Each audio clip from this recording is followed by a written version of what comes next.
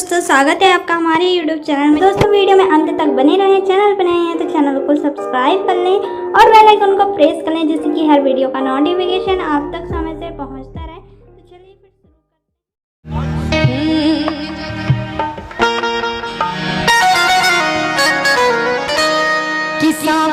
शुरू करते हैं।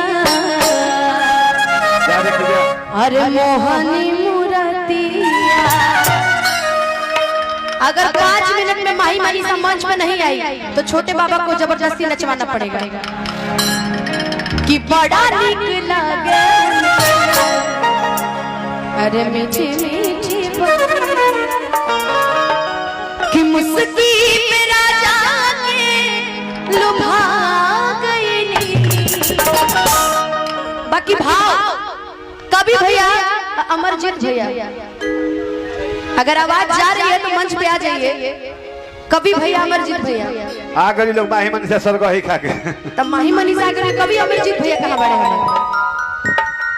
आज मान के चली कि आज गीत माही मनीषा करते हैं। हां, माथा पिए गए कि मुस्की पे राजा के लुभा गई कि जैसन सोचले रहनी अरे बैसन धनिया मोर कि बड़ा कमजोर कि बड़ा लड़कोर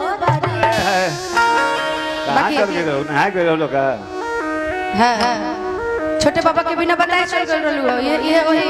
बाकी तनी पल्लू कर ला बाबा, पल्लू क्या थोड़ा वाटर का प्रबंध करो यार। कि जैसन सोचले रहनी अरे वैसन धनिया मोर बारी। अरे कि भैया से गोर बारी, अरे मामी से गोर बारे हो। बाचो ना। बाकी सुंदर बाड़ी नहीं है, सुंदर बाड़ी भूत खूब ना। ठीक है, बता पापा से कल शिकायत करते हैं। रुको कि जैसन सोचले रहनी अरे वैसन माही मोर बारी, सावर न गोर बारी।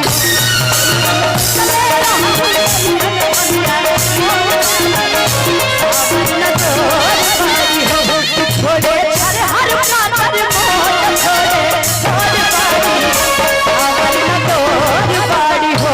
जैसन सोचले रहनी वैसन धनिया मोर बारी, सावर न गोर बारी।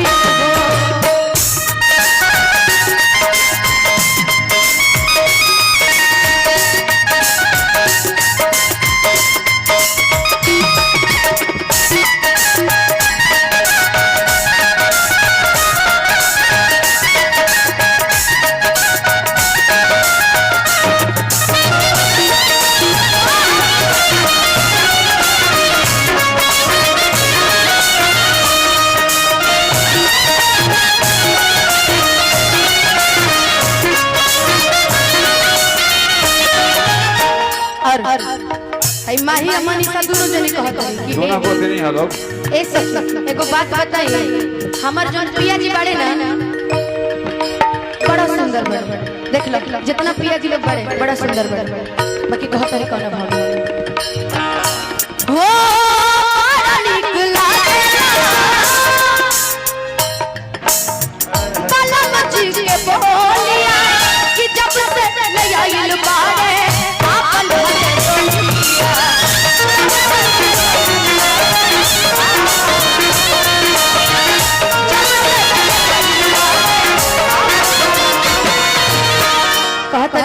हमारे पिया जी इतना सुंदर बड़े कि उनका मुस्कान के हम का जवाब दे। जब भी हमरा के देखे ले त एक गाना गावे का हंसलू तमाम हमर जाग जाए, हंसलू तमाम हमर जाग जाए। जा हमरो जा हमरो जा हमरो तहरे गेला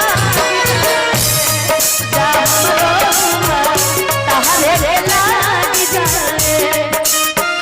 तब भाव हो गए बाकी वो कहता है कि सुनो ये बातें है जुल्म जवानी, ये बातें है जुल्म जवानी चंदा के चकोर।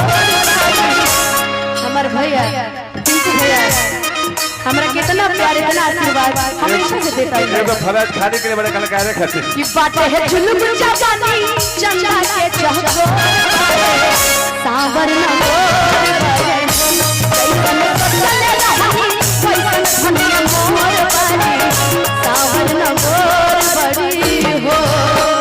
लेकिन भैया भैया ये वादा कि हम तो वादा किए थे, बाकी मिलने की तुम कोशिश करना, वादा कभी न करना।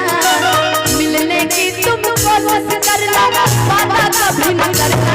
वादा तो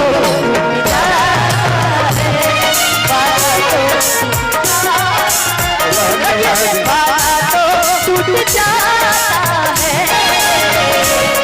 वादा तो टूट जाता है।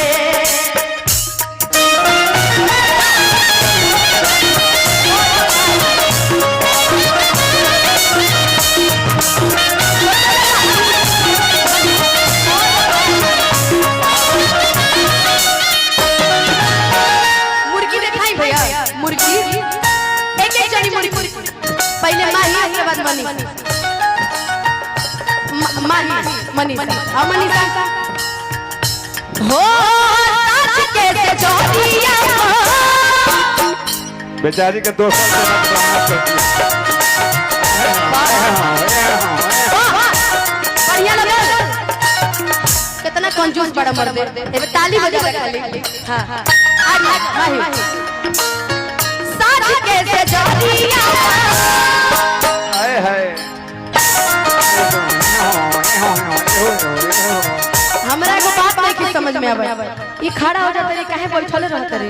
ये सीखता रे। अच्छा अब बाकी दोनों लोग एक साथ अब सच के से जोड़िया लगिया लग भुवन में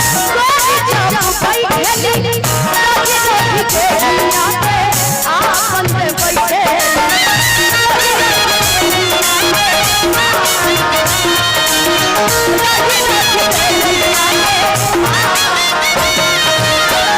की बातें है जुल्म जवानी,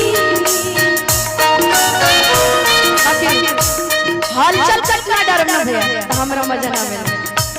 जो मेरी रूह को चैन ले प्यार से वो खुशी बन गए हो तुम, जिंदगी बन गए हो,